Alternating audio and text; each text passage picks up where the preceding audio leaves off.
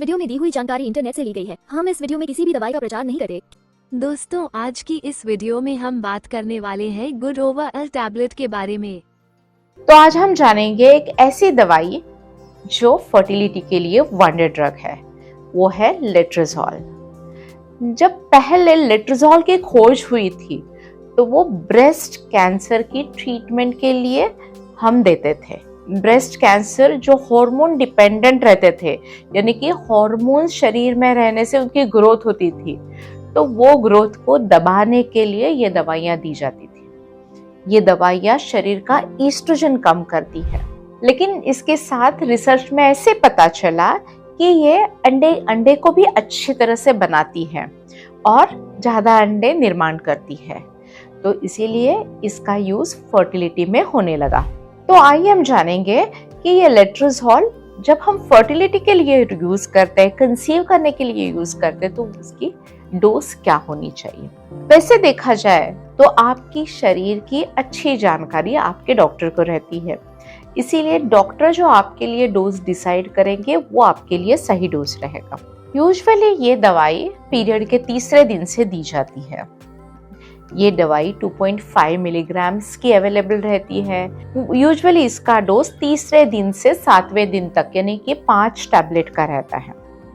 तो कभी ये सिंगल टैबलेट दी जाती है, कभी 2 टाइम दी जाती है, कभी दिन में 3 टाइम भी दी जाती है। कभी कभी आपको रात में 1 टैबलेट लेने के लिए कहा जाता है, कभी 2 लेने के लिए कहा जाता है, कभी 3 लेने के लिए कहा जाता है। कभी ये टैबलेट 5वें दिन से भी शुरू कर सकते हैं।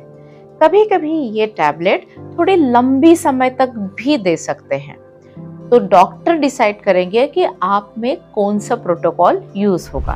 तो आइए हम जानेंगे इसके साइड इफेक्ट क्या होते हैं। इसके साइड इफेक्ट बहुत ही माइनर रहते हैं।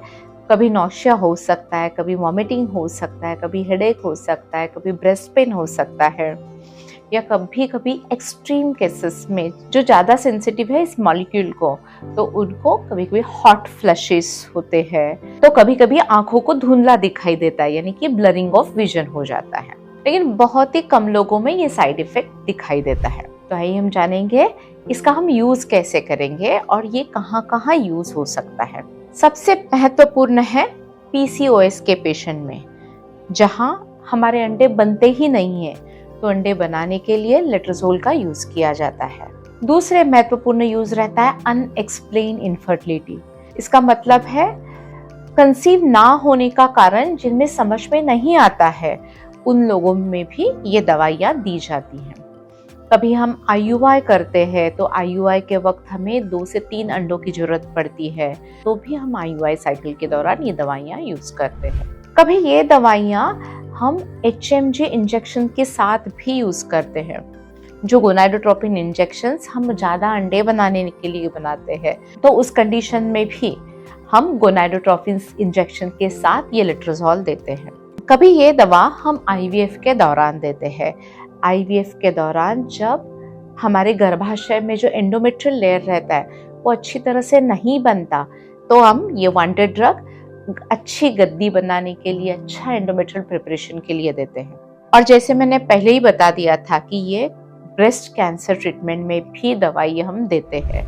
और 2 महत्वपूर्ण कंडीशन है, इनमें भी हम ये दवाई देते हैं, जिसे एंडोमेट्रियोसिस और एडिनोमायोसिस से जो लोग सफ़र कर रहे हैं और रूटीन दवाइयाँ उन पे काम नहीं करती, तो पेन रिलीफ के लिए हम लेट्रोजोल का इस्तेमाल करते हैं। तो आज इस वीडियो में हमने जान लिया एक फर्टिलिटी के लिए वंडर ड्रग को, जिसका नाम है लेट्रोजोल।